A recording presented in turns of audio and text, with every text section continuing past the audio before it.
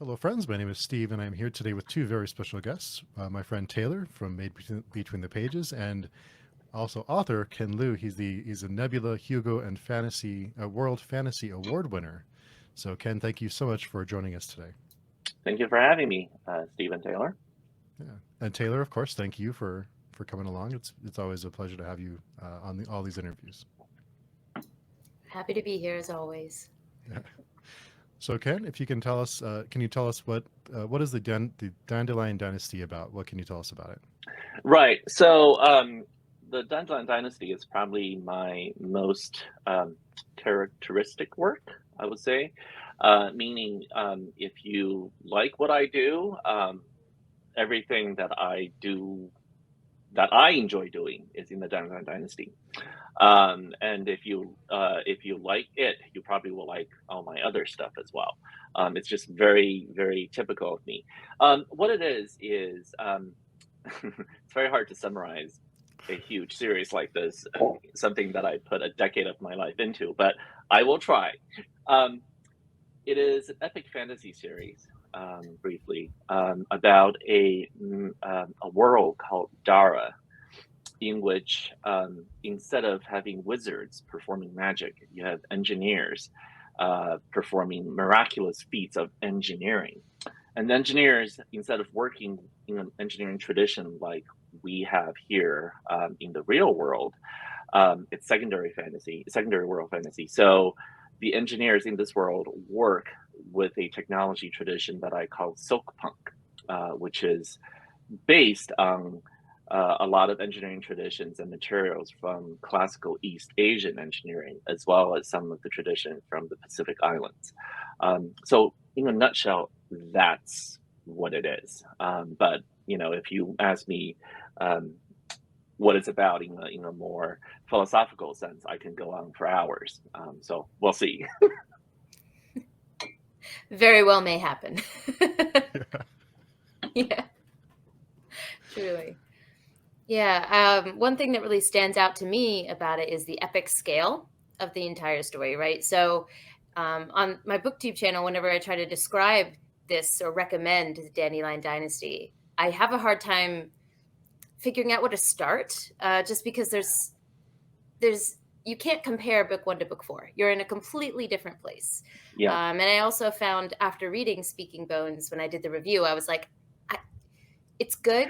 Like I can't tell you the characters that are in it. I can't tell you anything because all of it is a spoiler because of how much changes. Yeah. So, that epic scale, was that something you wanted from the beginning? Yeah. So you've actually given me a really good segue and way of explaining what it's about in a more um, in a less book promotion descriptive way. All right. So this is what it meant for me. All right. Um, Taylor, the fact that you were having trouble summarizing the darn thing is part of the reason why I invented the term silk punk. Um, I had a hard time describing to people what I was trying to do with this series and what I wanted to write, because it is a little bit unusual. It's a little bit strange. I hadn't seen any other series like it, and it's something that I wanted to do. So, briefly speaking, it is has always it was always meant to be this epic thing. And the reason is I wanted to tell a story about modernity using the tropes of epic fantasy. Um, and I wanted to sort of twist modernity a little bit because something about modernity just struck me as very strange and very path dependent and very interesting.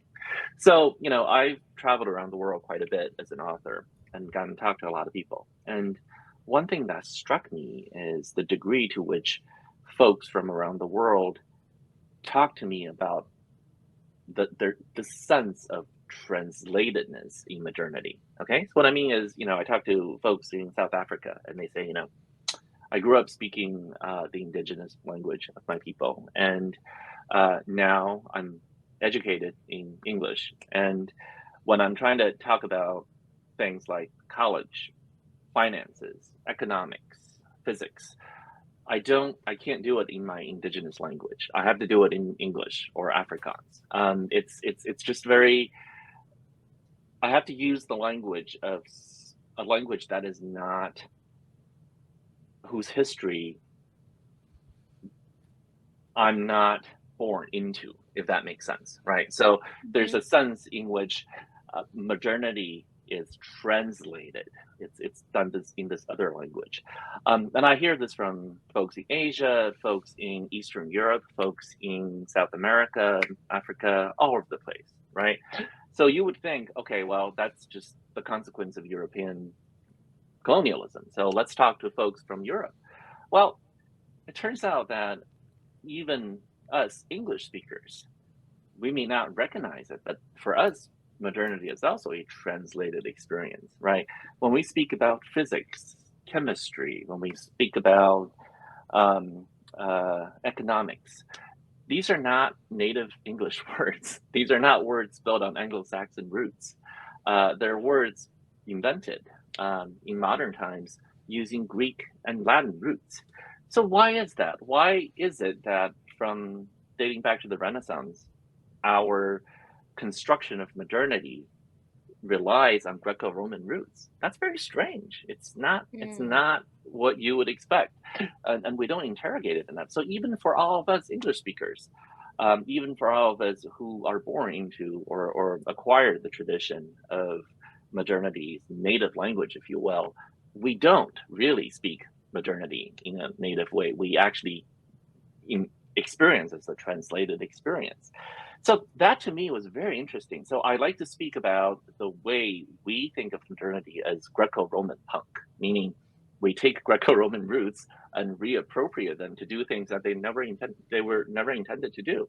I mean, if you look at the roots of physics, word physics, chemistry, technology, we ended up using these roots in ways that the Greeks and the Romans never imagined intended. We're using them to do something entirely different. We have appropriated them for our own purposes.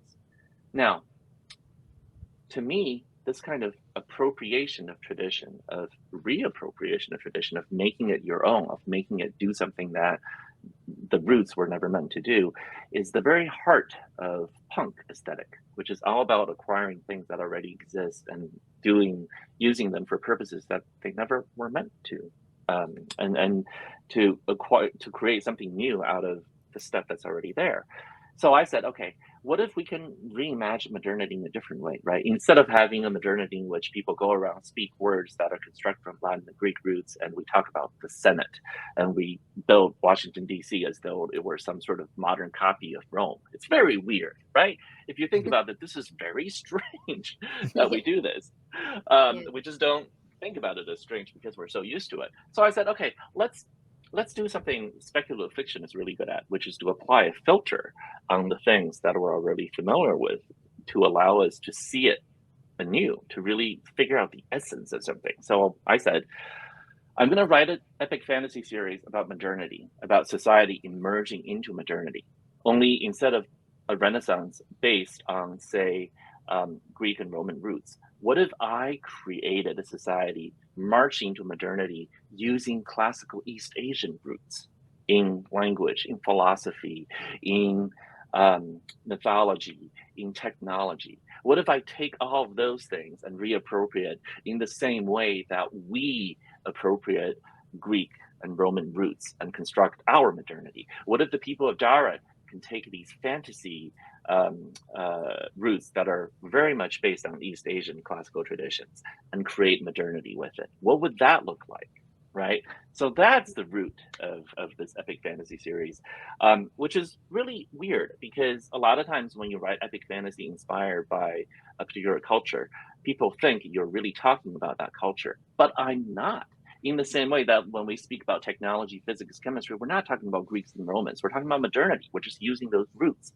When I write about Dara, I'm not interested in talking about classical China or classical Japan or the roots are taken from there, but the story I'm really interested in telling is modernity. So if you can imagine, it's sort of a reimagining of the story of modern America, modern Canada, modern Australia, filtered through the lens of a classical East Asian mythological tradition rather than a Greco-Roman one.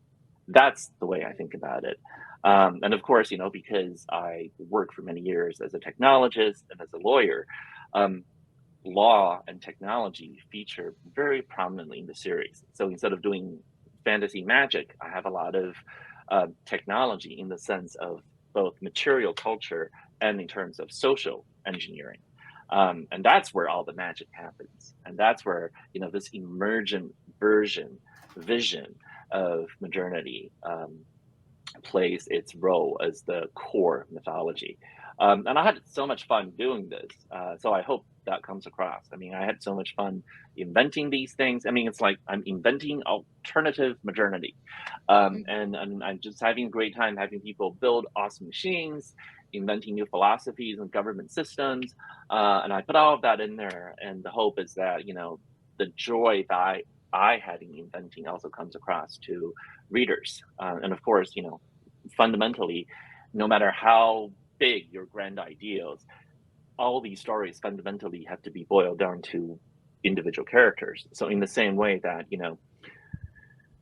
Paradise Lost might be about justifying the ways of God to men, but ultimately it's about the story of Adam and Eve as individual human beings. So similarly, the Dungeon Dynasty might be about a society marching into modernity, but ultimately it's about Gia, it's about Firo, it's about these individual characters who must make sense of their own lives in this time of transformation. So long-winded answer, but that's what this is about, and that's why it was epic.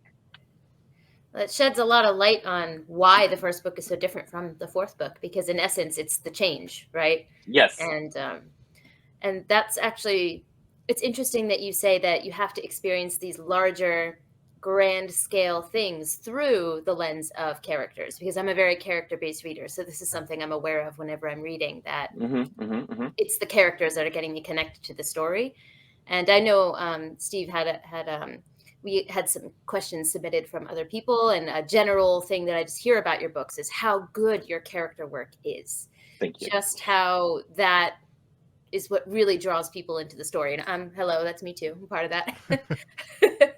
But yeah. So for you, I think, well, Steve, I don't want to steal your question, but I think you had one on there about what makes a good character, what makes them so dynamic, for all of your readers. Like, what are some main tenets that you hold? Yeah. So there are probably two things that I always keep in mind when I'm writing characters or creating characters. One is that humans are complicated and contradictory. So characters can't be too neat. If they're too neat, they come across as just very flat and one-dimensional.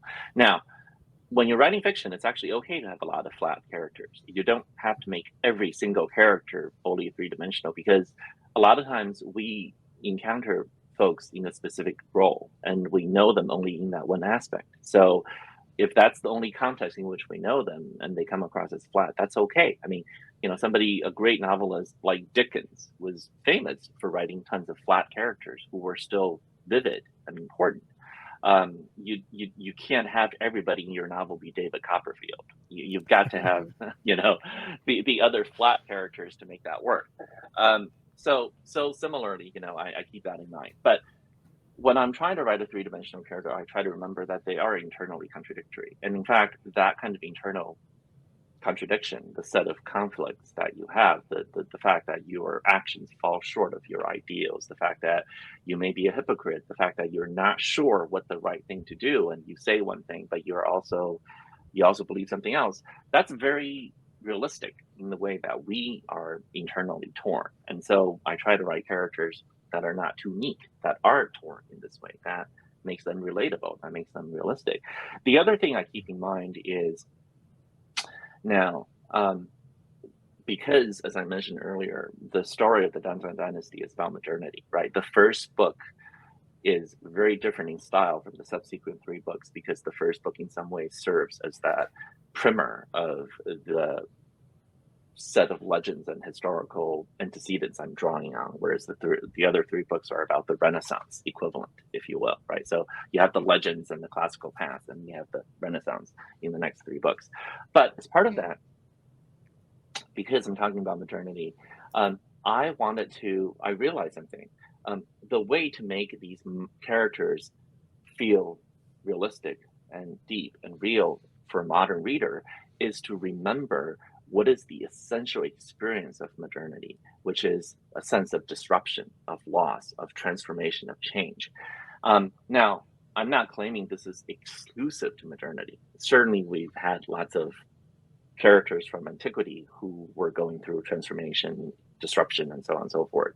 But my argument is that the quintessential experience of being a modern person is the sense of disruption, right?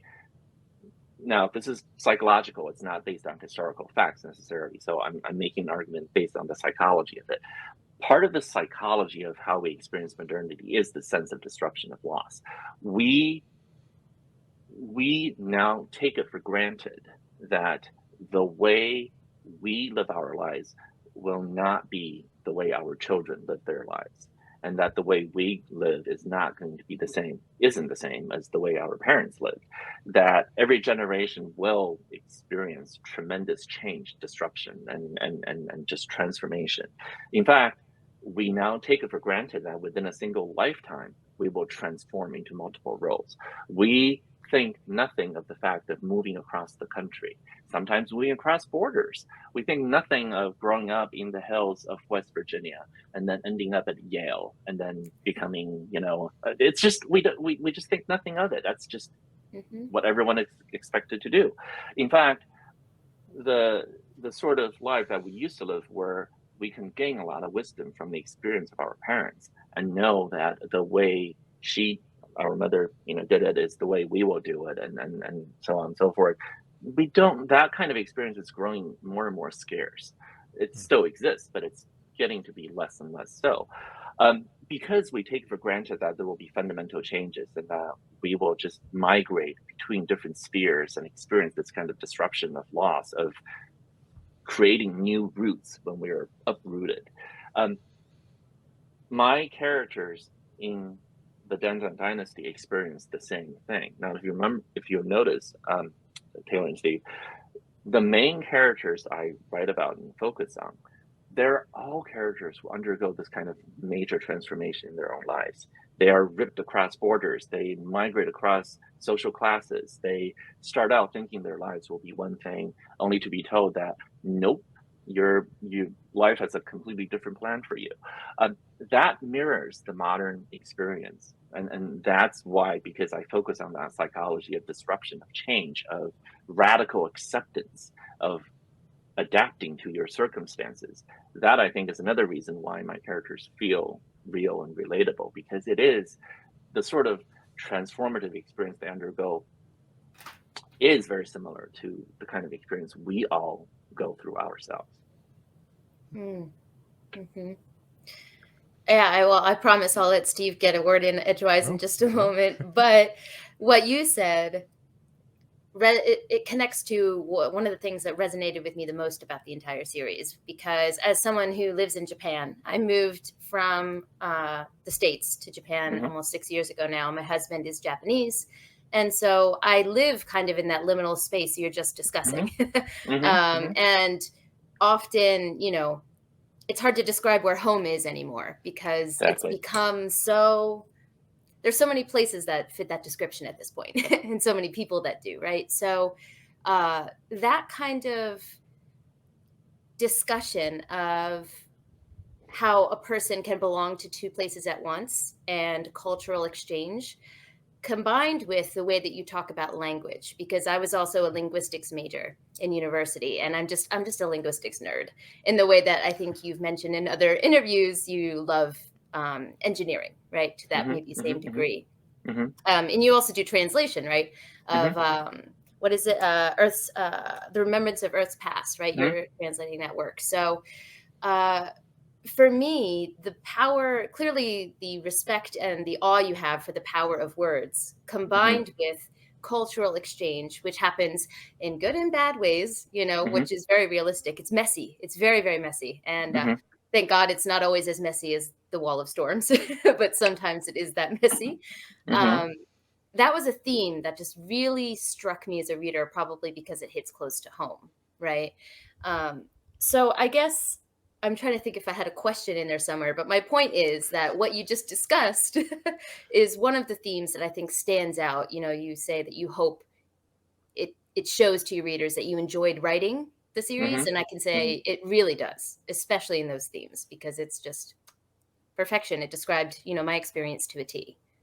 It's also the case, Taylor. I really appreciate that. Thank you. And the Hmm. one thing I do want to also mention for readers is that um, we always think that certain experiences are somehow unique or rare when in fact it's not. I mean, now, not everybody gets to experience the kind of drastic cultural shift that you do when you're moving across the Pacific Ocean to Japan, or you know, you know, or people who have to migrate across borders and become immigrants in another nation, or learn a whole new language. I mean, those are major, big disruptions. But all of us, even if we don't do that, experience that kind of disruption to a lesser degree. I mean, it's different in degree, but it's still very similar. I mean, all of us go through the experience of, when you grow up, you think life is basically the way you live on your street with your parents and your friends. And then you get to go to high school and you see how things are quite different. You get exposed to a lot of people that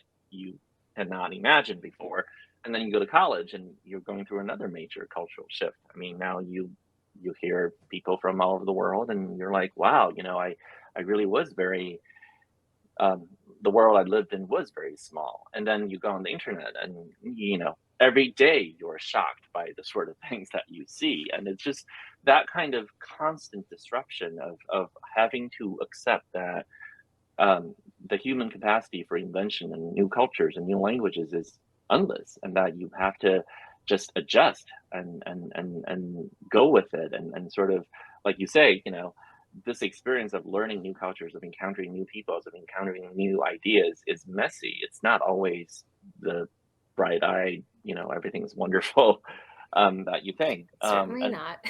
no, no, and it's something that you have to question about yourself. I mean, oftentimes another thing that we've all experienced is it's not until you've left home that you now try to understand what home actually is, and it's not until you've left the place that you start to actually understand it.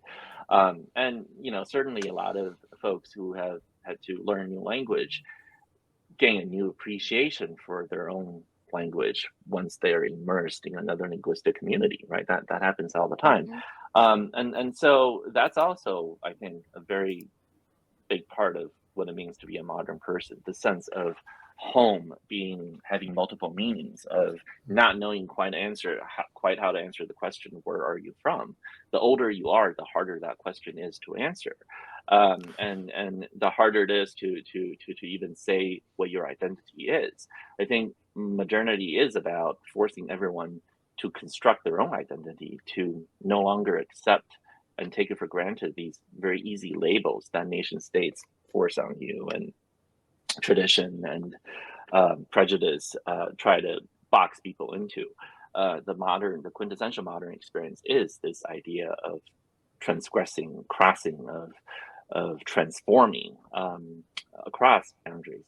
And it's again, in some ways, it's kind of fun for me to realize that this is not something new, right? At the same time, it's very modern, and yet at the same time, it's also very ancient. Um, Metamorphosis, this idea of transformation, is a very key part of Latin literature, and primarily written during the time of the Augustan height of the Roman Empire, and that period was in many ways a precursor to modernity. It's about bringing all these cultures into one. It's this sense of exposure to all the new things, and how your life today is not at all like the lives of your grandparents. The Romans at the time of Augustus experienced something like it, and that's why the literature of the Metamorphoses is so prominent and so important to us, to them, and we're sort of going through it too. So if you want to be sort of a little bit, and I'm not saying this in a very serious way, but there is some truth to it. The works that we all enjoy now are also works about metamorphosis. And you could say that all of us are behaving like Ovid in some sense, because that kind of transformative experience is our reality. We are seeing ourselves change.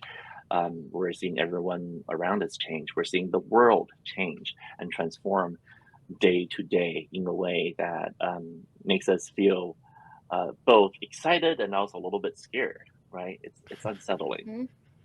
Mm-hmm. Very much so. And you mentioned social media. How has social media changed how we perceive our identity or identities of anyone else? Oh, such a great question, Steve. I've written a lot of now not in the Dynasty because thank God that's a world that doesn't have social media yet. But I've written Oh my extensively. God. Can you imagine if Sarah had social media? It'd be over. Gia? Oh my God. World ending. It will be world ending. Um, uh, I have written extensively about social media in my short fiction, and I think social media is just deeply fascinating.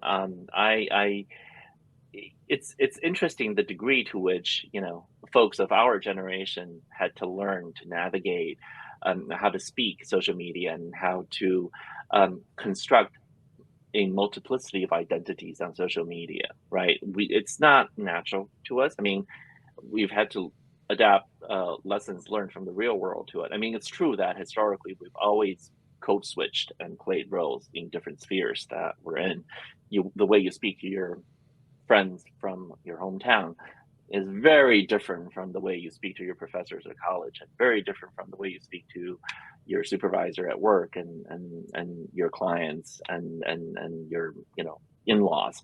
You adapt a different code when you speak to all of them.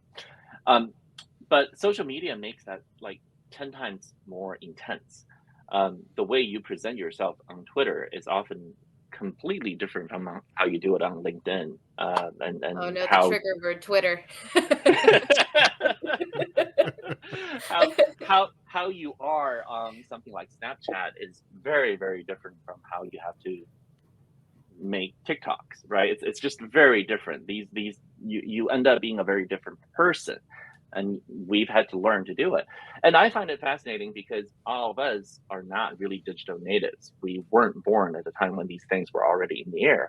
And then I watch my children doing this, my daughters navigating this, and the way they grow up with this stuff, and they intuitively know how this works.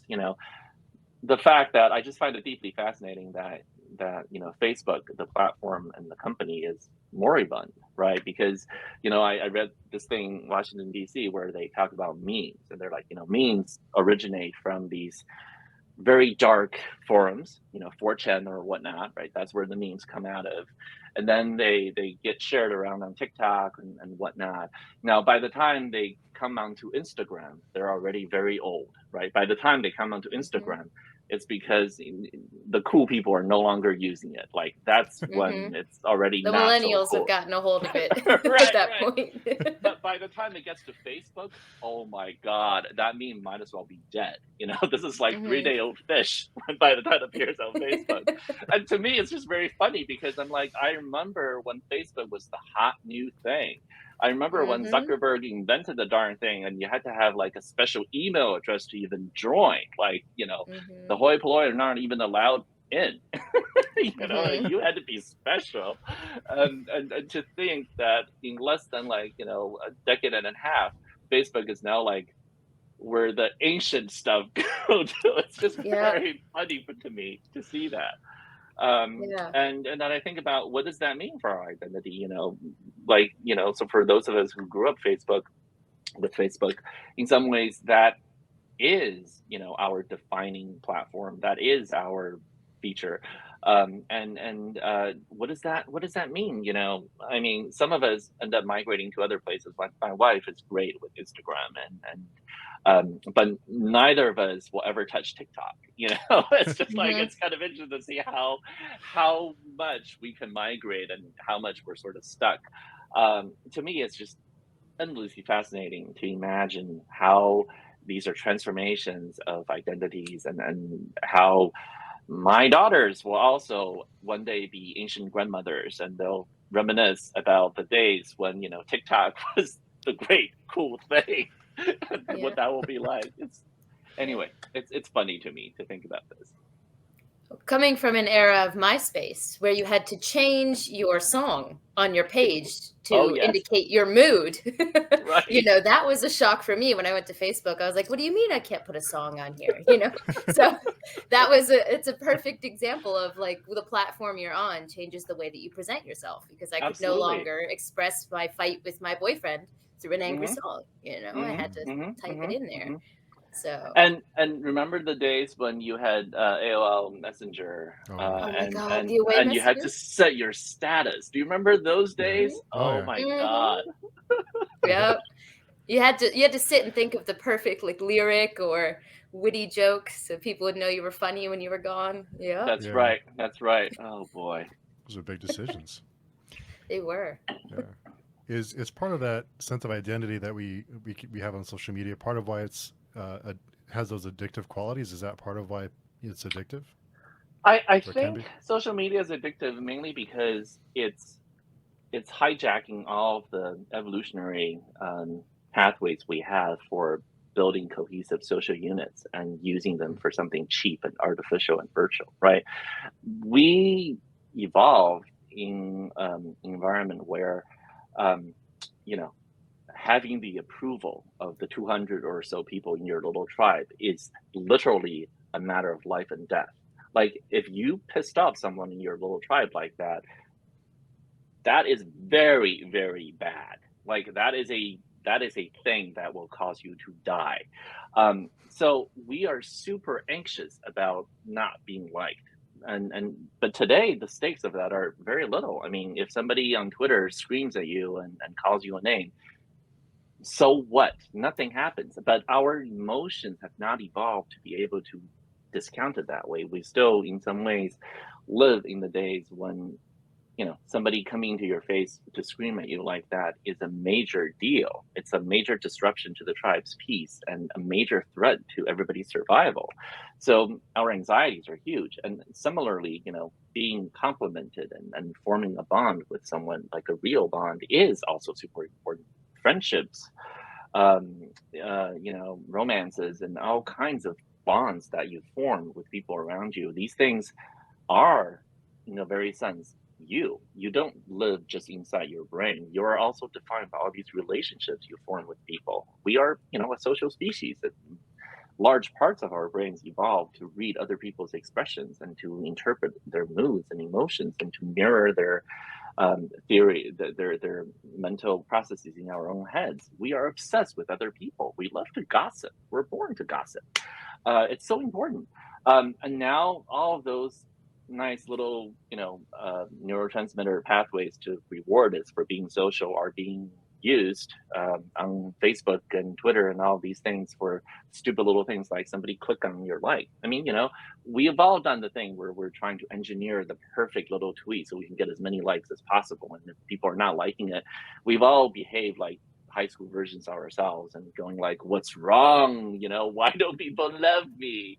Um, Yeah. it's really scary how the degree to which this kind of artificial, fake social um, signaling and connection is being is tapping into real emotional pathways and manipulating us. Um, and I get bothered by it a lot. And I've often said how um, artificial intelligence has shaped the way we think about picture taking, the way we think about video production, the way we think about music, and it's transformed the visual arts in a lot of ways. But it hasn't really changed the way we write stories. And I Mm. want to caveat that by saying that while it's true that novelists to this day still work pretty much the same way that Dickens and Jane Austen wrote their books, um, it's not true that AI has had no role in the stories that we tell ourselves because AI has played a huge role in social media and in the feeds that we see and manipulating what content gets what kind of reward. So the kind of social story we're telling ourselves is AI mediated and it's heavily machine mediated in a way that we haven't really figured and understood and thought through. In the same way that the way photography and film transform the way we visually imagine the world. It's something that film theorists still talk about and something that we are still working through. Social media is transforming the way we think about our relationships, that we tell our collective story, the way we imagine who we are, and it's all heavily machine learning slash AI algorithmically mediated, and we just haven't thought through what that means. I mean, talk about like real national security issues. I feel like the algorithms that TikTok uses, the way that Facebook uses, the way YouTube uses to recommend content or not, these are really national security issues. We really need to think very carefully and examine them to see what they're doing to us. Our collective, story is being reshaped, and we're just sort of like letting it go and not paying attention. I think it's Hmm. so interesting that these algorithms that are rewiring our brains, and this can be a security or a national security threat. We're feeding these algorithms with voluntarily feeding these algorithms, so we're feeding Hmm. our own. It's crazy. Yeah, it's Hmm. wild.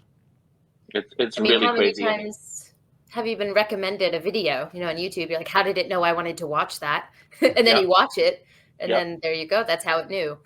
I mean, we're arguing over whether there are trolls who are manipulating our elections. Of course, the election is being manipulated by the algorithm that is running Facebook. I mean, how can you question that? That's not happening. I mean, um, it's really shocking the degree to which we sort of are just saying, oh, people still have their own free choice. Yes, but to a large degree, the story we're trying to experience and tell ourselves is now being mediated by these machines, and we really have to um, uh, uh, get more transparency and more understanding into what that is. We can't just let it be a black box. Hmm. Hmm. Yeah, I think. Well, I heard you've mentioned before, just going back to kind of your works that you've put out into the world. Dandelion Dynasty is is billed as an epic fantasy, but it's kind of like a cross genre thing. It kind of has sci-fi vibes as well. Yeah, Not to call a decade of your life a thing. You know what I mean? but I get it. It's a cross genre concept. There we go. Yes. um, and I know that some of your other like short story collections, which I am so excited to get to, like the Paper Menagerie and everything, those delve very much into sci-fi. And I think there's a reason that there's a science fiction and fantasy subgenre. It's called SFF, right? Because these things often are in communication with each other, and there's blurred lines between the two genres. Uh, so for you, obviously, you enjoy elements of both. But is there a different way that you approach a story if you know you're going to approach it as a science fiction short story, for example, versus a fantasy story, even if it's a short fantasy story? Is there a different way that you approach it, or does it just kind of become what it is in the end? So, you mentioned earlier that you're a linguist. So I will, talk about this in sort of the linguistic terms, which is that fundamentally, all languages are similar in the sense that they allow humans to express mental models about the world, and there are differences between languages. Some languages are have much more a set of worn cliches and tropes, if you will, for expressing certain things much more readily than other languages do. In the same way that the Greeks Absolutely. say, for example, I had 4 words for different types of love. And for us, it's a little hard. And English, because free can mean both, you know, free as in freedom and free as in doesn't cost you anything. Other languages have different words for that. And that leads to a certain way in which we allow certain concepts to bleed together that other languages do not. So there are these differences in which languages are incline you towards certain things versus other things. Hmm. Genres are similar. Certain genres incline you towards certain things more than others, and they have baked in certain assumptions about the world that you don't have to meticulously try to establish. So, for example, sci-fi often has as a fundamental assumption that the universe is knowable, and fantasy often does not necessarily go with that. The fact that the universe is not always knowable is the key assumption for a lot of fantasy. Now, having said all of that, right? Now I'm going to make that a little bit twisted by saying that um, I have always been someone who wanted to push that a little bit, in the same way that somebody like Milton, who was very in love with Latin and Greek. And so when he wrote English, he deliberately pushed English syntax to do things that English syntax was never meant to do. There are parts of Paradise Lost that reads as though he was trying to write English like Latin or Greek, and he was. And so the English sentences come across as deeply unnatural and hard to parse because they were trying to push to do things that they were not meant to do. But that was part of his unique aesthetic, and you end up learning to love it. So I also am naturally drawn towards pushing fantasy to do things that fantasy was not necessarily natural for doing, and to push sci-fi to do things that sci-fi isn't necessarily suited to doing. I kind of like that. So early on in my career, I think somebody critiqued my work by saying that the problem with Ken is that he writes his sci-fi as though he were writing fantasy, and he writes fantasy as though he were writing sci-fi. I think they meant that as a kind of criticism of some sort, but I actually really enjoyed it. I was like, that is accurate. That is my aesthetic. I enjoy writing English as though it were Latin or Greek, the way Milton did. So I enjoy writing fantasy that has, in the Danzang Dynasty, I think a character actually explicitly says the universe is knowable. So it's a core assumption from sci-fi importing to fantasy, which is hard. A lot of times when I write sci-fi, I will also put in some notion that fundamentally this technology is not understandable. Fundamentally, the world is weird, mysterious, enigmatic in a way that isn't reducible to scientific knowledge, which is, challenges a core assumption of a lot of sci-fi. I like doing that because I think pushing metaphors to do things that they were not meant to do, it's part of my punkish aesthetic. I like taking things to do things that they were never meant to do. I think that allows you to see certain insights that you can't get otherwise. It's sort of a core part of my aesthetic. And fundamentally, I do think that sci-fi and fantasy are unified by their status as literature genres that aim at using metaphors to understand the world. So what I mean is this: both sci-fi and fantasy are really about making aspects of reality that we think of metaphorically real. So metaphorically, we may conceive of, say, love makes the world feel more alive. Right. We speak of that metaphorically because it's psychologically true. And we know that's not factually true. But when you're writing sci-fi or fantasy, you can make that literally true. If you're taking the sci-fi approach, you can imagine a story in which if you love someone, the social media algorithms will filter your world in such a way that everything feels better. It's a subtle way to nudge you into more positive emotions and being more loving towards those around you. So you can imagine that's that's taking the metaphor, making it literally true. Or you can imagine a fantasy approach in which a mother's love can make paper animals and toys come alive for a child. That's the fantasy way, and that's sort of the assumption behind the paper menagerie. Not to spoil it, but that's sort of the thing I do. I think fantasy and sci-fi are both really about taking metaphorical concepts and making them literally true. So another example is something like "Do Androids Dream of Electric Sheep?" or better known as Blade Runner. That story is not at all, in my view, about AI, robots, or any of that. It's not. It's about the alienation we feel in the modern world. We've all had that experience of, we evolved to live with about 200 people in the tribe. But in the modern city, we have to deal with hundreds of thousands of strangers on a daily basis. You get into the subway, you're bumping against these people. You go into the market, you're passing by people who you will never, ever again pass by. Like the vast majority of the people that you pass on a daily basis are people you will never see again. If you think about it deeply, I think our little monkey brains will go crazy if we really thought about it. And so we all now have this sort of illusion that we're the only real people in the world, that most other people are just figments. They're little roles. They're NPCs, right? For lack of a better term, right? We all have that experience of sort of imagining that only we have rich, deep inner lives, and the vast majority of the people we encounter are mere NPCs, and they don't have anything behind them. So, what is Do Androids Dream of Electric Sheep? It's about, can we really tell real humans apart from these, machines that we think inhabit the universe? Can we really tell what is a real human being when we feel so alienated from everything around us? So all that talk about empathy, all that talk about connection, that's just Philip K. Dick's way of trying to get us to see this aspect of reality through a sci-fi lens. So I don't really, I mean, my reading of Blade Runner is not necessarily the one that a lot of people enjoy. A lot of people do enjoy thinking about it as literally about robots and AI and all of that. I don't think it is. I think Philip K. Dick, in particular, is deeply religious and spiritual in the way he thinks about these stories, and he uses a lot of religious metaphors.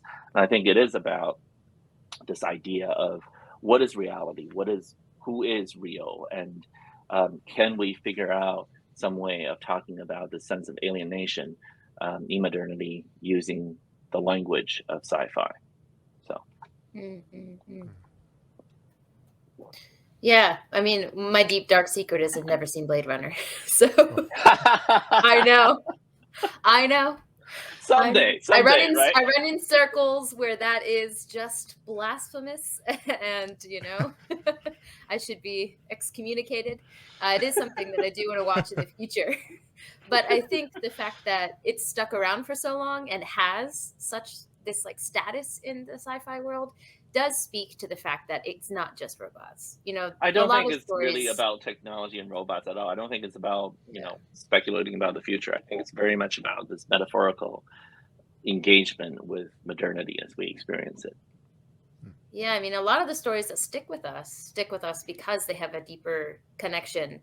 It could be Yes, through about metaphor, through something else, but yeah, Mhm. about human nature in some way, these eternal anxieties that we always have. 100%. Yeah. Oh, you need to watch that movie, Taylor. Okay, Yeah. you read The Grace of Kings, and I'll watch Blade Runner. How's You that? got it. Yeah. Is that a deal? Deal. Yeah. Well, I'm already All set right. for that. So yeah. All right. So I have work to do. Got it. Yeah, you have work to do, not me. So, Ken, before you became a full-time writer, you've worked as a software engineer, a lawyer, and a litigation consultant. I wondered, did you learn any skills from those jobs that you were able to implement in your writing journey? Oh yeah, for sure. I mean, when you're a lawyer, the most important skill you have is storytelling. You have to tell a Hmm. story. That's basically it. That's basically it. I mean, um, a trial really is just a battle between competing narratives, and you see this very clearly when you read judges' decisions, appellate decisions, especially. Um, it's always fun to read these court cases. In the Anglo American tradition, we have this legal tradition of judges explaining their decision and by laying out their reasons. Now, a lot of times, we read these decisions because we're trying to discover what the rationale is. What is the reason? What is the process by which this decision was integrated into the framework of the existing law? But I read a lot of these decisions because I'm interested in the narrative that's driving this. Because a lot of times I think, now I'm not claiming this is not a claim that judges are somehow lying or whatever. I have deep respect for judges, but I think it's human nature for us to make our decisions fundamentally because we are committed to an emotional outcome, to a narrative, and we then use reason to justify that emotional outcome.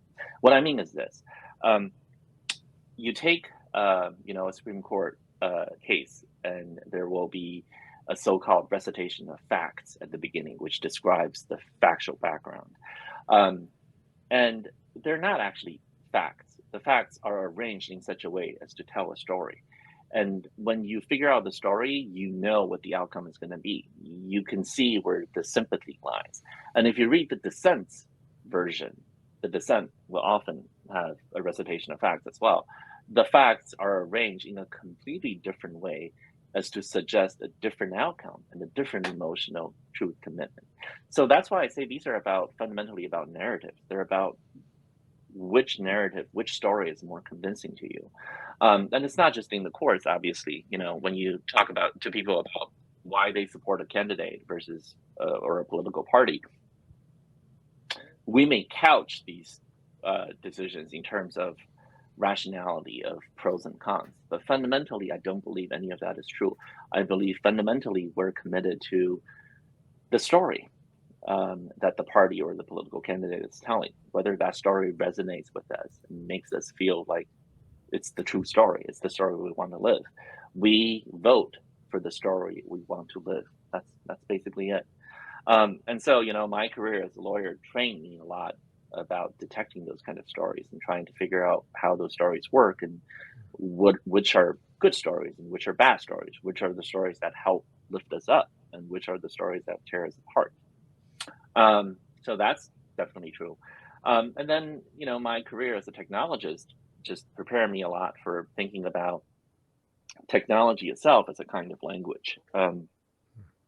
So Taylor, back to the linguistics point, I ended up sort of realizing that technology is not really a sub branch of scientific investigation as we often think of it. It's not at all. Technology is much closer to an art, which means that it's a way for us to express ourselves. It's a way for us to talk to the world. You look at technologies like calendars, like philosophy, collective decision-making mechanisms, juries, legislatures, administrative agencies. These are all really just ways for us to express how we think the world functions and what an idealized world is. So technologies are a way for us to embody our minds into the universe, for us to make our minds tangible, and for us to exude, if you will, these mental images and models we have of the world and make them real. It's the way we speak to the universe, the way we talk, we converse. That's what technology really is, which goes back to the roots of the word. Technology literally, means a discourse about art, about skill, about craft. That's what technology is, and it is, in fact, ultimately a discourse, speaking. Hmm.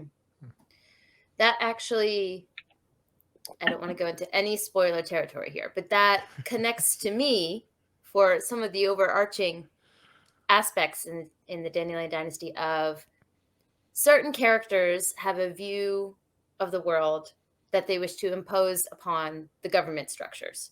Yep. And they will go way to extremes. I think we all know who I'm talking about here, but they'll go way to extremes to make that vision the reality because they are convinced that this is the way society should be. As you said, it's like a representation of what we think the world should look like, right? So I think it's pretty clear that the Dandelion Dynasty does deal with that. And what's interesting to me is the characters who are the movers and shakers in that way. Some of them could be viewed in a positive light and some in a negative light, depending on your personal view when you read it.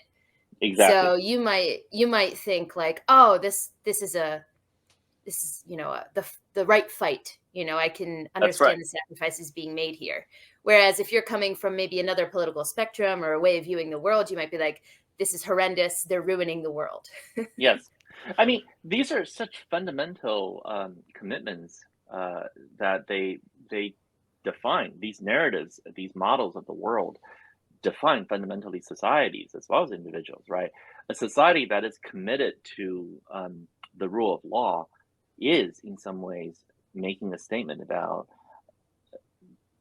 distrust of the individual, right? We don't want to have any individual to have too much power, even if that person is the bestest person in the world, the wisest philosopher. We don't want that person to have all the power because we fundamentally don't trust people. It's a narrative of distrust that we have, and in some ways, that kind of distrust may be, in fact, the best way for us to build a society that acknowledges everyone and protects everyone. We accept some degree of injustice in order to have the best chance of justice for everybody.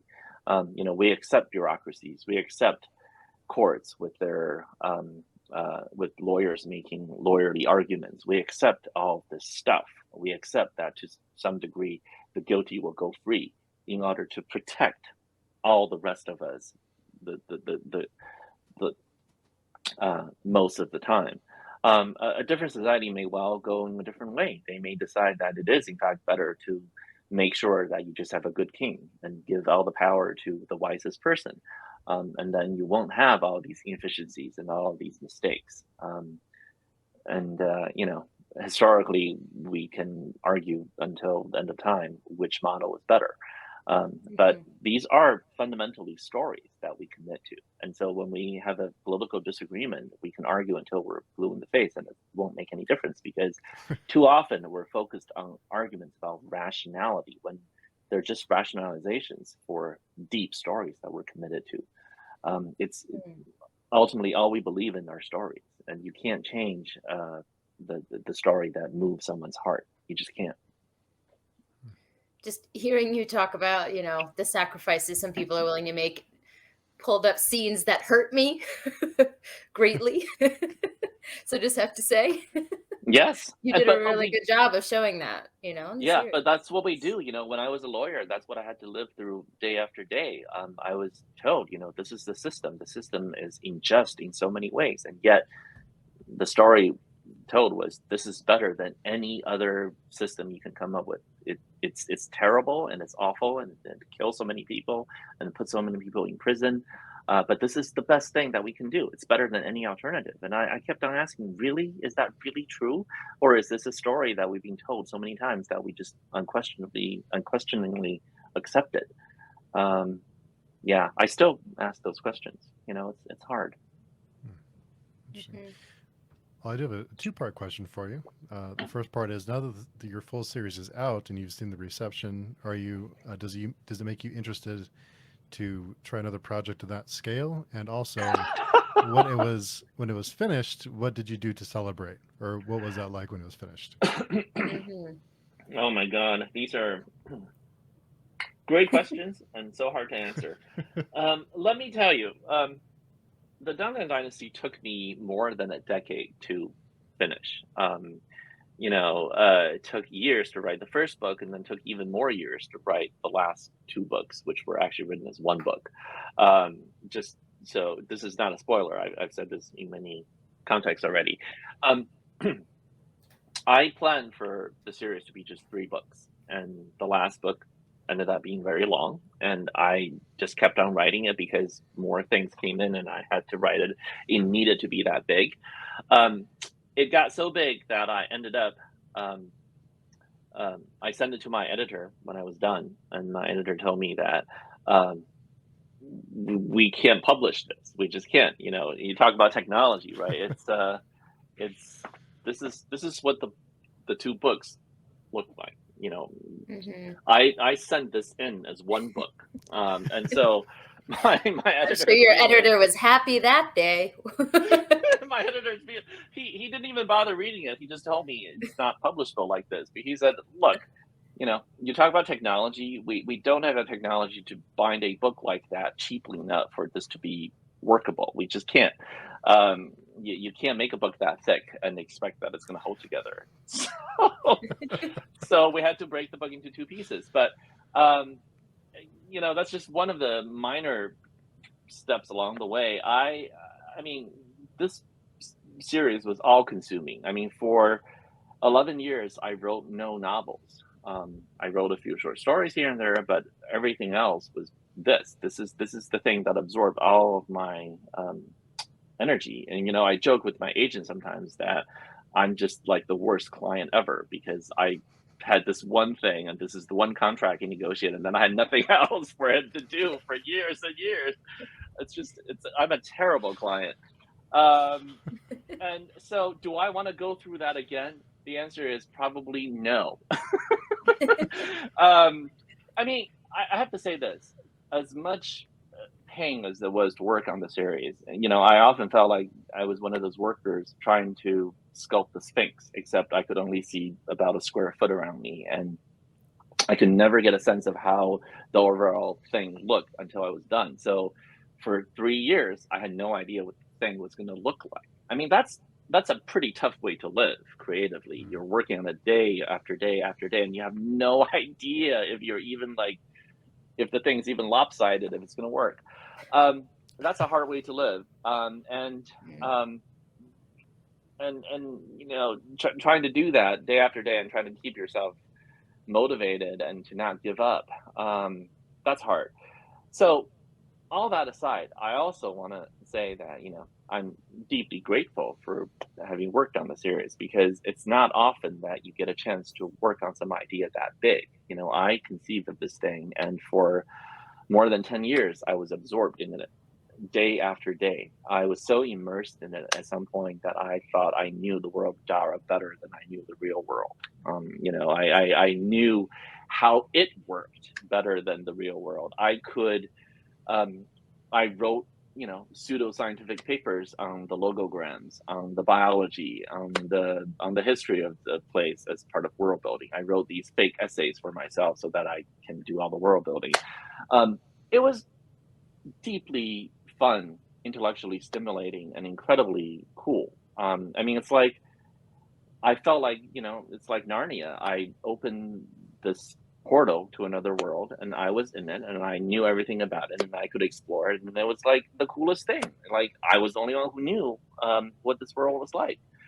So I don't think you're going to be given a lot of ideas like that in a lifetime. I think I got one, and I spent 10 years on it. I'm very grateful I got the chance to do it, and I don't think I'll be greedy and ask for a few more of those. If another one comes, I'm not going to say no, but I'm not going to be greedy. It may be that this is the only idea of that scope that I'll ever get, and if that's the case, so be it. I'll be fine with it. Mm. Yeah, I think just kind of going off of that, having put so much work into something, I've had a couple friends who were kind of wise to the series, like before it was cool, and they convinced me to read The Grace of Kings before it was cool. So I got to be part of that crowd thanks to them. But but something I've noticed recently, and I mean this in the best way possible, is there's been an explosion of your series to the point where people that don't even read epic fantasy are like messaging me and being like, "Do you think I'd like this?" And I'm like, "I didn't even know you were interested in something of this scale," right? That's And amazing. Yeah.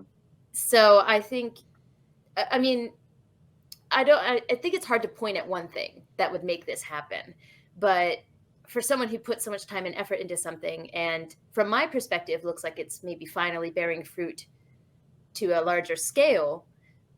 Do you think there's something that was a catalyst for this, or something that helped this along, or is it just I serendipitous, or? I can't really say it's not necessarily one thing or another. I mean, I'll answer this in two ways. One is, I'm super happy that people are reading the series and enjoying it, like you, and telling me what they found in the books that resonate with them. And I love hearing that. I love hearing people's stories and how their stories resonate with the Denver Dynasty and why they enjoy it. I had somebody who was an inmate, and he wrote to me and said, just he was feeling so depressed in prison, and reading The Grace of Kings really got him through a lot of the dark times. And I was so moved by that. And I've had people who tell me about they're sailing the Pacific, and this is the series that they read during the times when they weren't battling the storms, and how the series became a metaphor for them in that way. And I love that. These stories just make me so happy. I will also say though that these are bonuses for me. Having people respond to the series and really enjoying them, telling me why, that's a huge bonus for me. But it's not actually the reason I wrote it. The best way I can describe it is, I mean, I'm just not a very good commercial writer, I guess, in that sense. That I didn't write the series because I thought the series would do well commercially. I wrote it because I thought it's a cool thing that I wanted to do. Like it's like you're a kid and you're out there and you suddenly saw a dragon flying in the sky and nobody else saw it. And you're like, I saw a dragon, that's so cool. I'm going to go home and paint a picture of it so everyone else can see it because no one else got to see it. That's basically how I felt. I saw this vision of Dara and I was like, this is so cool. I get to talk about all the things I want to talk about and I get to tell the story that I love. I'm going to just write it and share it with people. And even if nobody else in the world thought this was cool, I'll still be like, I got to see a dragon. I climbed through that hole in the closet and I got to Narnia and I wrote an account about it and I brought it back. Even if no one else enjoyed it, it doesn't matter. I got to see the dragon. I got to Narnia and I wrote about my account there and that's enough. So to me, that's enough. And the fact that readers actually enjoy it is just a huge bonus to me. It's just unexpectedly wonderful. Um, and as far as what caused it, I don't really know what caused it, if there is even a singular cause. I will say that it's clearly the case that after the series was done, or when it was on the verge of being done, the fact that a lot of booktubers and bookstagrammers ended up enjoying it and posting about it, including yourself, I think that helps a lot. I think in this day and age when a lot of us get our recommendation from social media and from YouTube or Instagram or whatnot, um, it is important to engage with readers that way and to have. I'm deeply grateful to have folks who enjoyed the books and wanted to talk about them and to explain their own feelings and to tell stories about the books. I'm very lucky. I feel very lucky that happened and that there were readers who did that for me. And I'm sure that helped generate a lot of interest in the series. So I have no doubt that mattered. And a lot of it had to do with my wife, Lisa, who, is skilled with Instagram in a way that I can never be. And she helped me, try to connect with Instagram and to sort of allow me to see that there are readers out there responding to it. And that I'm sure helped a huge deal too. So I don't think it's any one thing. I think it's a combination of good luck and just the moment, and the fact that there were so many wonderful booktubers and bookstagrammers who were willing to share their love of the series. And I think it's the confluence of all those wonderful things. Mm. Very rarely is it one thing, right? So Yeah. And you speak at universities and conferences about a variety of topics. Is there a certain topic that you enjoy most when you visit universities or conferences? So the topic I enjoy talking about the most these days is actually about the power of storytelling and what I think stories are about, and why stories are important for building a sustainable future, right? Because as writers and artists, we're often faced with this question, which is, what is the point of any of this? The I as I mentioned, I spend a decade of my life doing this, writing this story. What good is it really? It's not going to cure anybody's disease. It's not going to feed the hungry. It's not going to reduce carbon emissions. It's not going to do any of those things.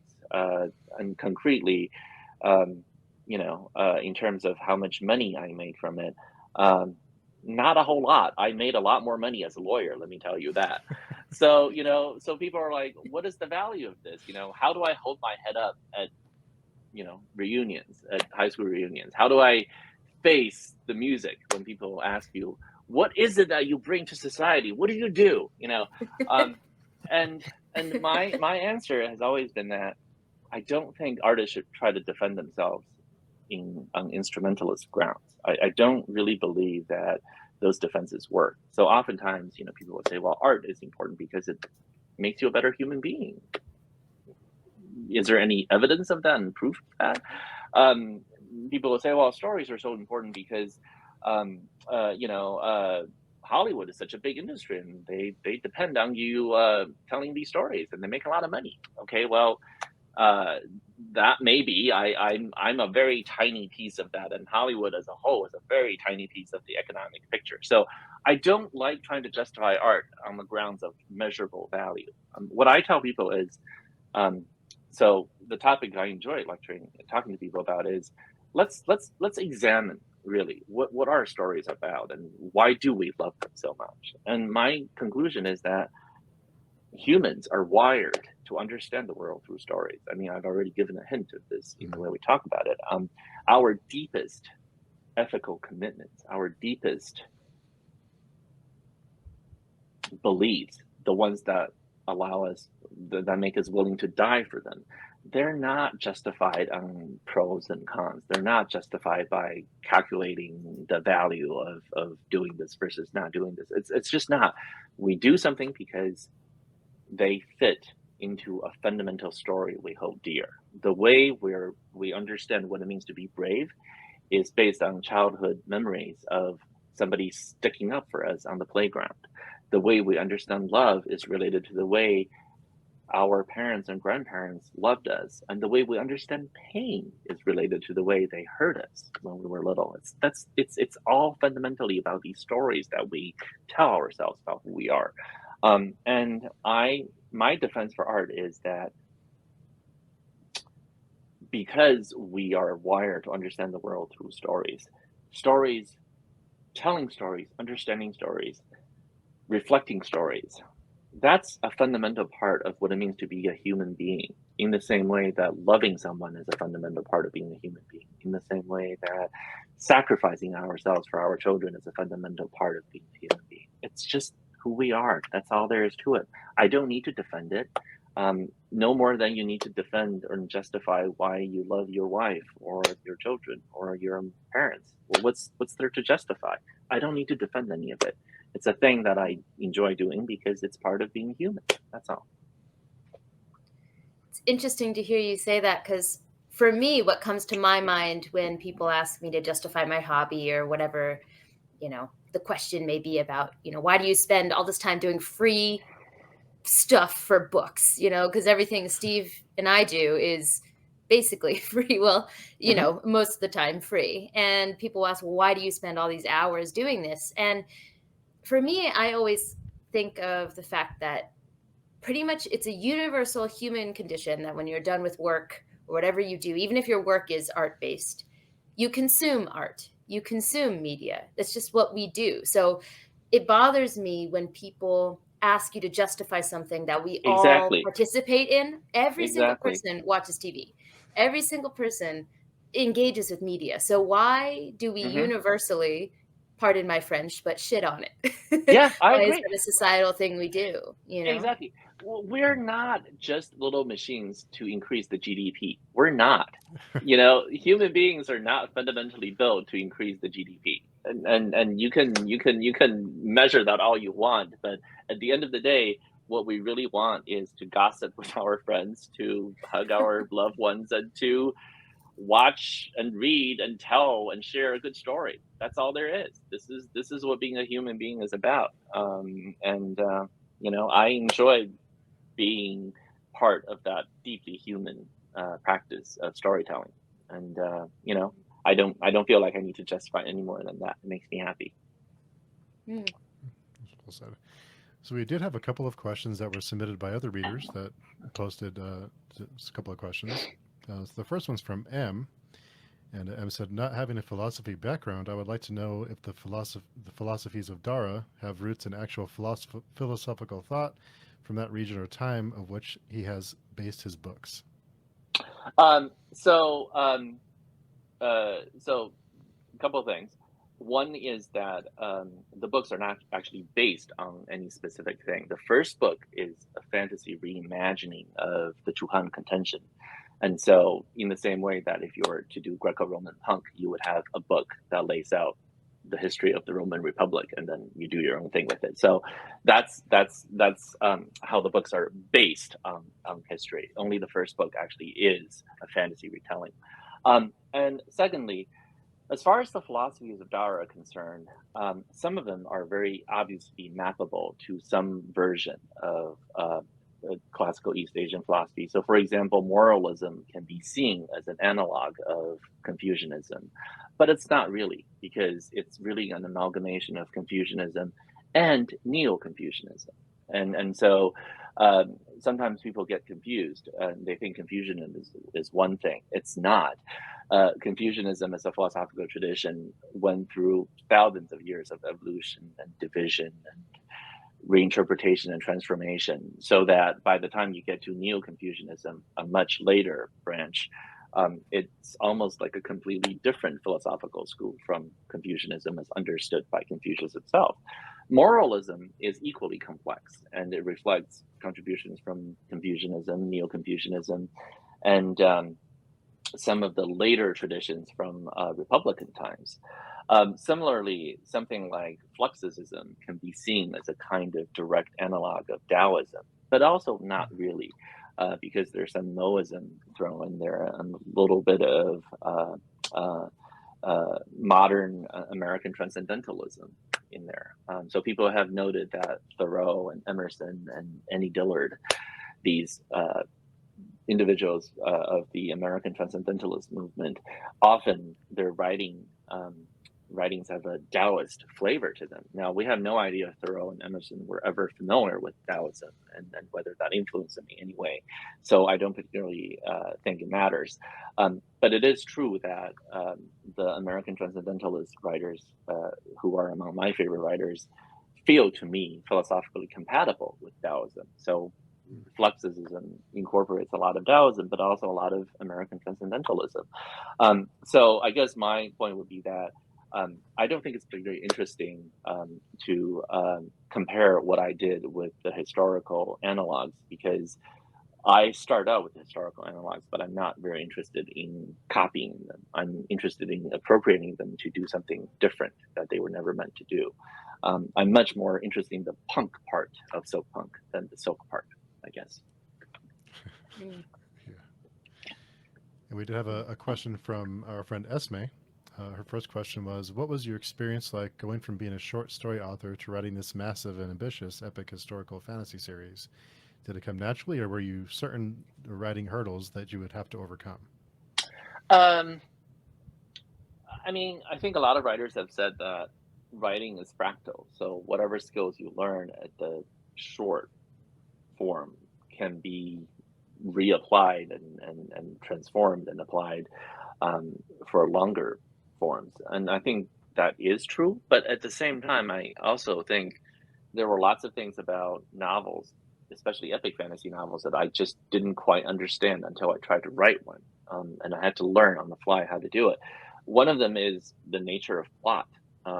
Plot is something that you can get away with not worrying about as a short story writer. A lot of short stories have no plot whatsoever. I mean, I've written a bunch of them. If you read the Paper Menagerie and other stories, one of the first stories in there is called The Bookmaking Habits of Select Species.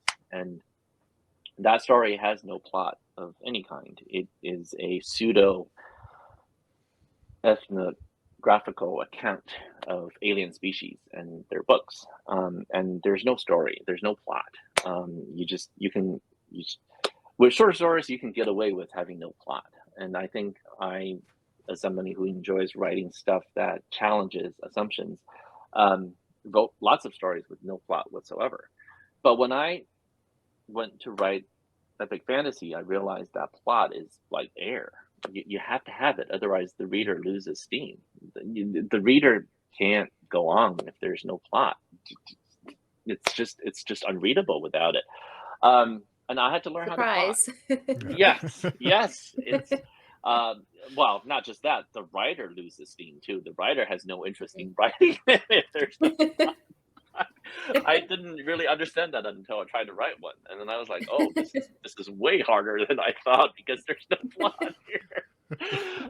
So I had to learn how to do that, and luckily, it's one of those things where you can learn to plot in pieces.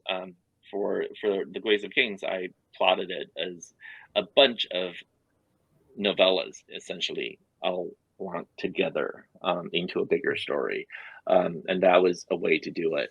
And starting with The Wall of Storms, I could do more traditional plots that are actually end to end, and so it's a big challenge that I have to learn how to do. But it was fun. By the time I got to the last book, of course, the plot went way more elaborate. I mean, talk about having no plot and then having over plot. You know, in some ways, the last books were over plotted.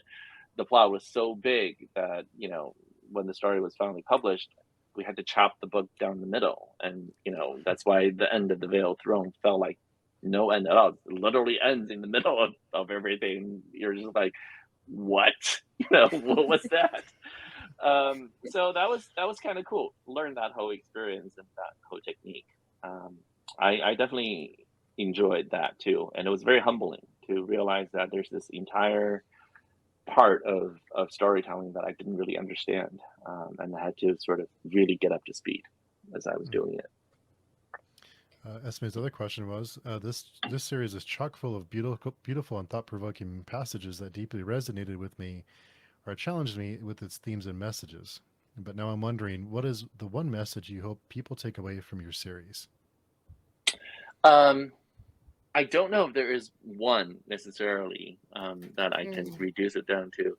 I guess I will say this: if nothing else, if you read the series and you enjoyed it or didn't enjoy it, if there's one thing I want you to remember from it afterwards, it's this idea that you should do the most interesting thing. I think, you know, all the characters in the books go through this, and which is their recognition of their own mortality and understanding that they get to live this one life and just it's an experiment. There are no safe path. There just aren't. Um, Maybe not in the ancient world, and certainly not in the modern world. There is no such thing as a guaranteed path to success. You can follow all the cliches and all the paved ways that people laid out before you, and it's not going to be a guarantee of success and happiness at all.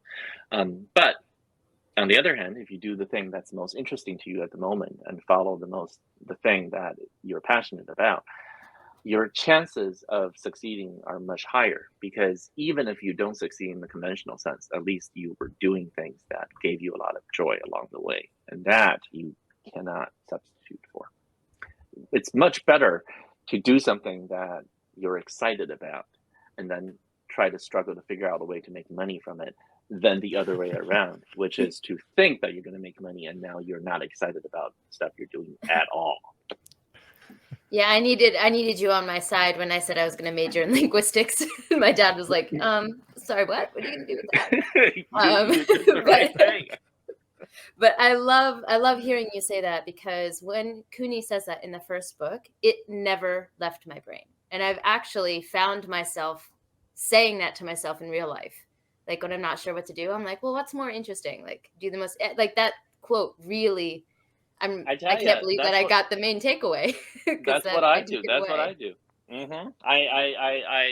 You know, I think we undervalue excitement. You know, again, you know, we teach our children and we teach ourselves to be productive and to make decisions based on pros and cons lists. But the biggest pro of them all, are you excited about what you're trying to do? We never account for it. We don't have a way of measure it. We don't have a way of reducing to dollars, to grades, to something. But ultimately, what are you choosing to do other than excitement? I mean, think about how many decisions in your life are based on that. Like how you ended up with the person who's your best friend, how you ended up settling in the city you settled, how you ended up with your spouse. It's it's because you were excited. That's really it. And that's so much more important than any other criterion. But you know, And another question from Esme was, are there any characters in the series that were inspired by people in your own life? mm, I would say all of them are, because you know, as a novelist, you don't really write characters entirely out of whole cloth. You're always taking your own experience of real life and of how you understand people and how you model them in your heads. That's how you understand human nature. And of course, when you're writing characters, you just end up drawing on that knowledge. For example, all the teacher types in the books, you know, Luanzia or Gia, even in the moments when she's trying to teach, they're drawn from teachers, teachers I love and teachers I didn't really click with. And they're based on, you know, I mean, I think that's one of the things that I think is really fascinating, which is the degree to which teachers are very important to us, and yet we in the modern world, especially in the West, don't really have a good language for talking about it.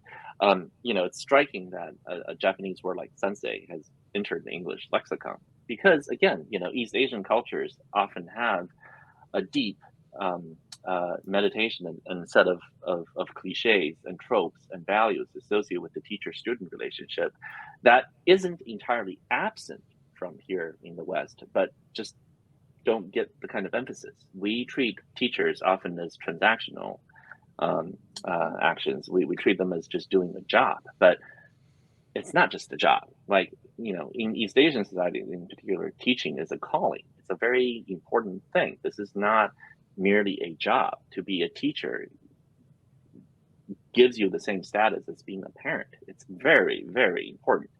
And so, the Dungeon Dynasty is very much about that conception of teachers. And, I wrote teachers with a great deal of affection and love and a lot of memories of teachers who made a difference in my own life. And so, yeah, they're based on that. So, there some teachers are from elementary school and others are from law school. I mean, I feel very lucky that I've had wonderful teachers throughout. One of the most important figures in my life was, a law school professor, and then the judge who I clerked for. They were teachers to me, and they were incredibly important in forming my own ideas about what life should be like, this model I have about the way the world ought to be. And I wanted to convey some of that in the books, in my characters. And so that's why the teacher-student relationship plays such a central role in the books. Yeah, Luan is a precious bean, and every time he was on page, I was like, I love this man. So He tried. He came tried. through. He did. He very much did. And without saying spoilers, the teacher-student relationship he has with a certain character was just so heartwarming, and I couldn't get enough of it. So I can say that comes through for sure. Thank you. And I had her honor that even at at the very end, right? That this is how tradition gets passed down. That you pass it forward. You were taught well, and now it imposes on you an obligation to teach those who come after you well. Well, we have 3 more questions for you. I'd like to finish off with some funner questions. The first one is, do you have a favorite family recipe? I don't know if I have a favorite family recipe. My grandmother was a great cook, and unfortunately, she passed away before I could really learn how to cook from her. So I have memories of the wonderful food that she made, but I never learned how to do it from her. We have created some new family traditions. My daughters are great bakers, and so we do have a favorite muffin recipe that they like to use, and that they alter and substitute and change every time they bake. And I act as their sous chef in those moments, and so I like their muffin recipe a lot. That would be my favorite. What kind of muffin is it? So they sometimes do chocolate chip, and sometimes they do blueberry, and sometimes they do raspberry. They change it all the time, but every time they do it, it's very good, no matter what they put in there. Yes. Raspberry muffins don't get enough love. They have good They scent. don't. They don't. So the next one is, I always think it's interesting to learn what everyone's first job was. I think you learn a lot about someone when you learn about what their first job was. What was your first job? Okay, so depending on how you define it, if you're talking about job, as in, I could imagine as a career, then it was working at Microsoft as a software engineer. But if you're talking about job as in, the first thing where you did something and people paid you, this would have to go back to high school. I worked for a local bank as their filing clerk.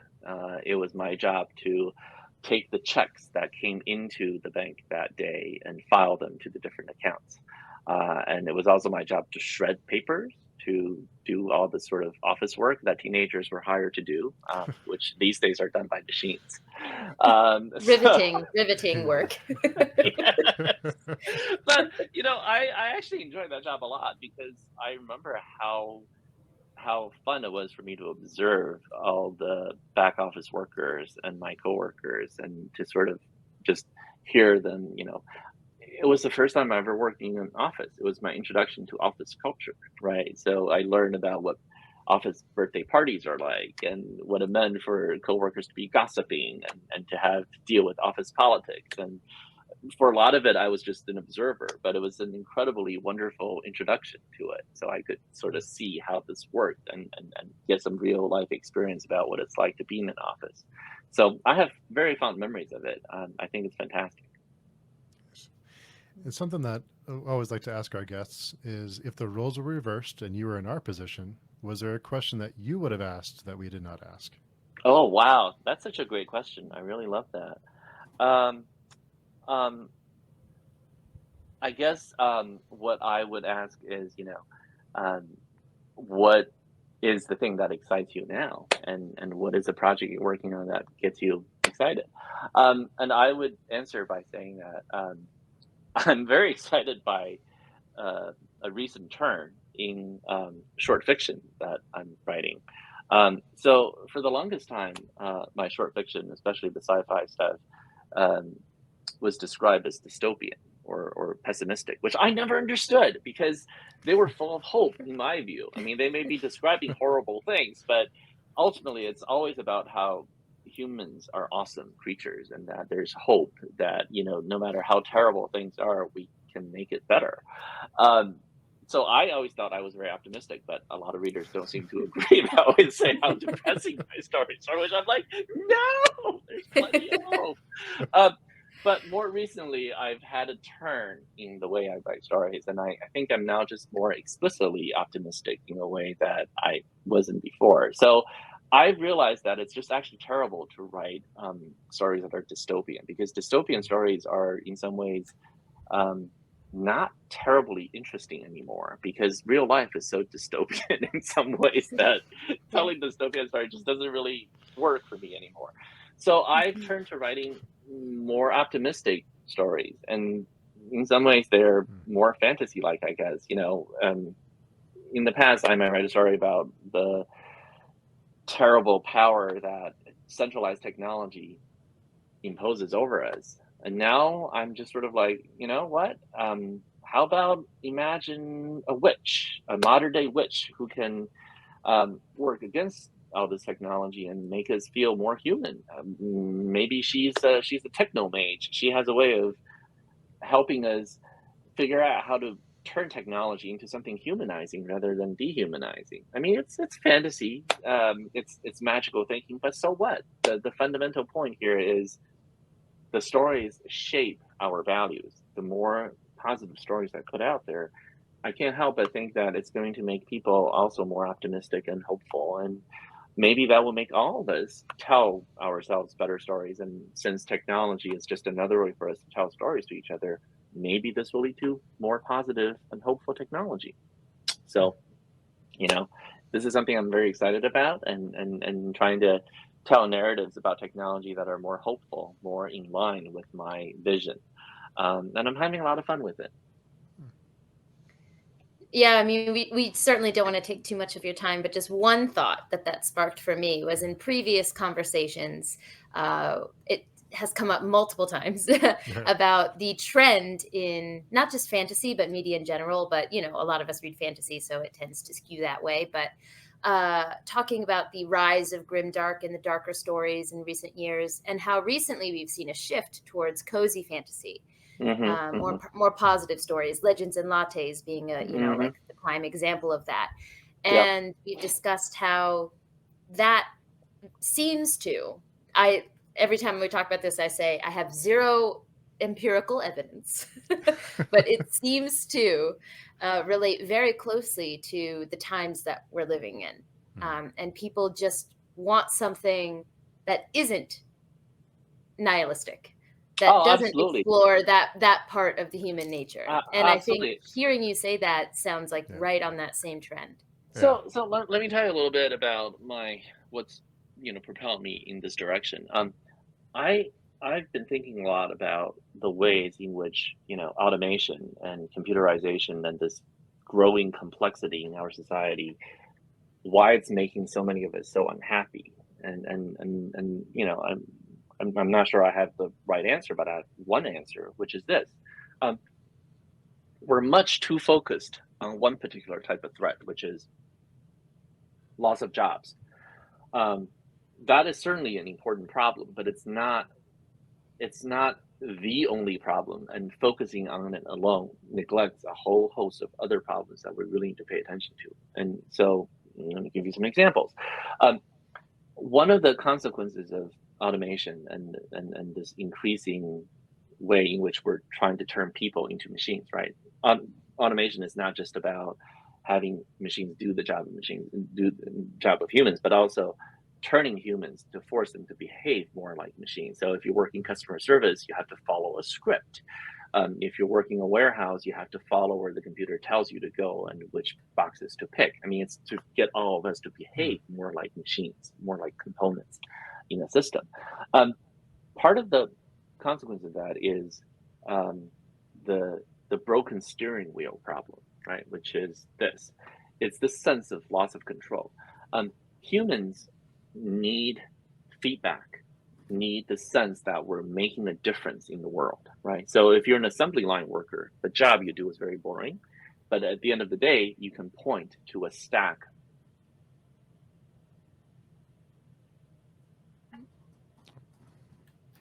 Give it a minute to catch up.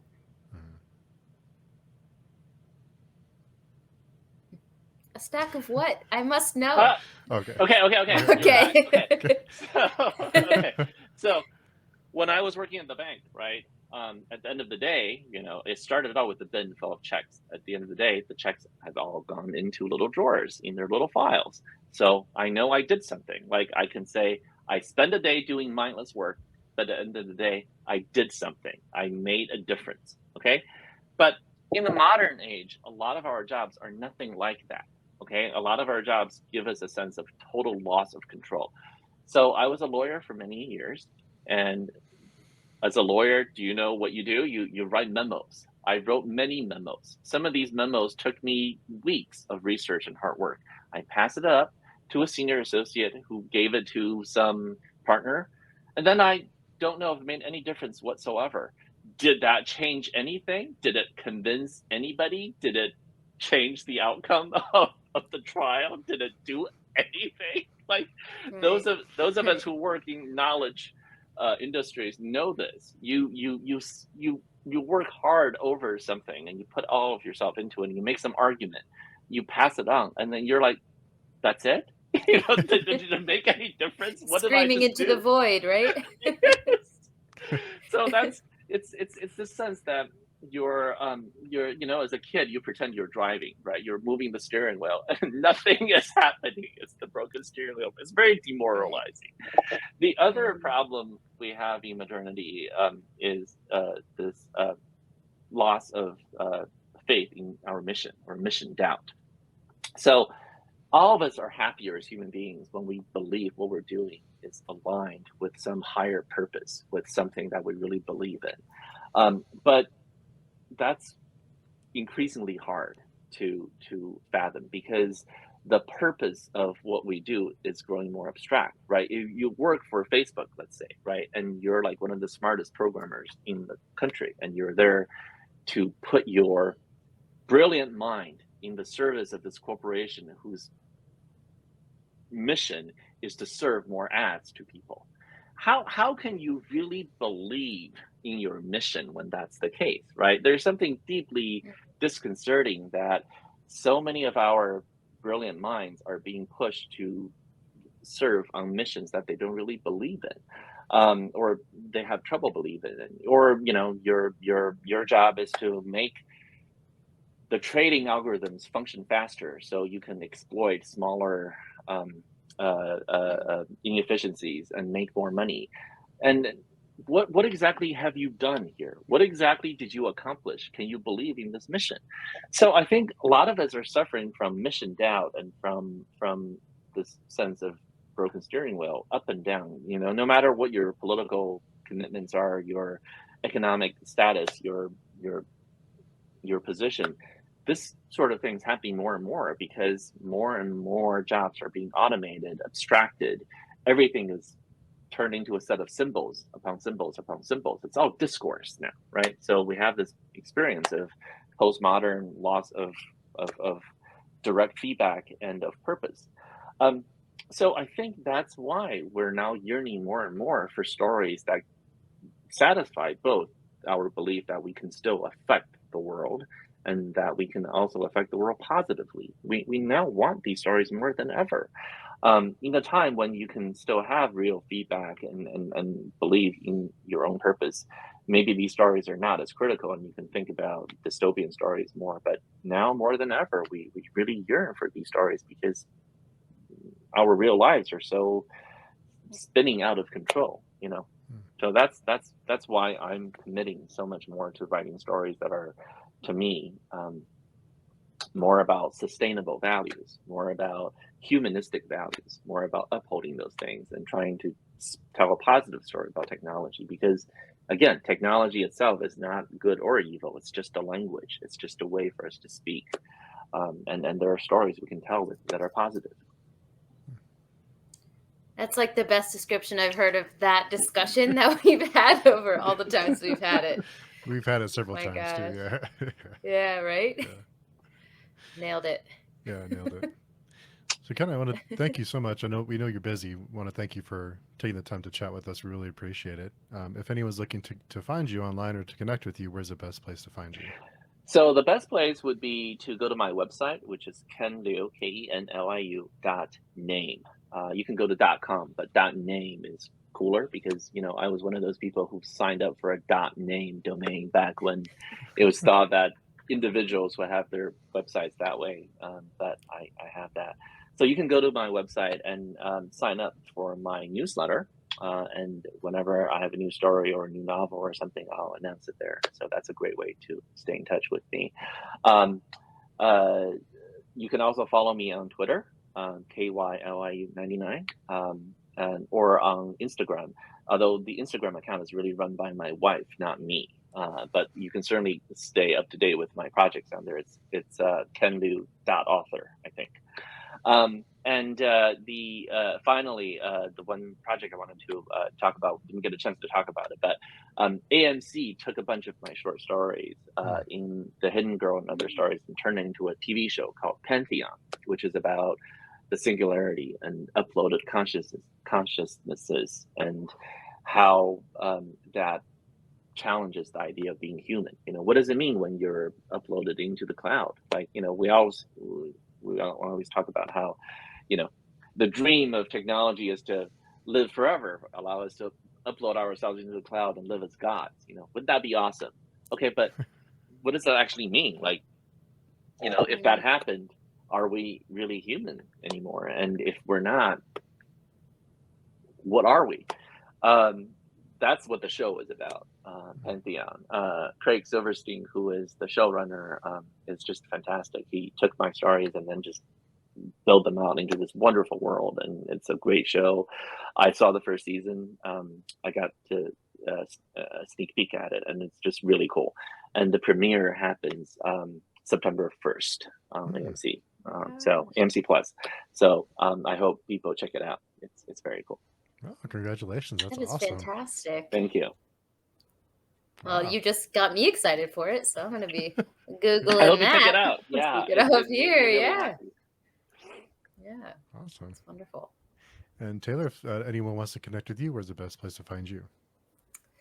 Well, my booktube channel, Made Between the Pages, spelled M-A-E-D, not M-A-D-E. That's, you know, not intuitive at all, so I like to make that clear. So you can always find me there. I always respond to comments. The other platform where I'm most active would be Twitter. I talk about books all the time on there. I nerd out about them all the time. I would say, besides that, you can find me on the Page Chewing podcast that Steve, myself, and PL do, which is on Spotify or really anywhere that you get podcasts. You can find out about me there. You can also read my reviews on Before We Go blog. I am an assistant editor there, so I write reviews for that SFF blog all the time, run by Beth Tabler. I'm trying to think if I've forgotten anything because I always forget at least one. What's your Twitter username? Because I don't think you gave that. Oh, right. What is my Twitter? I think it couldn't be the full length. So it's MAED made, and then between is hyphenated to BTWN and then pages. Okay, So it's good. a very truncated version.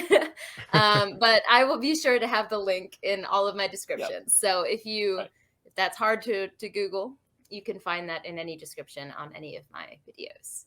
And maybe in this one as well, if Steve's kind enough to put it there. And my Twitter is KYLIU99.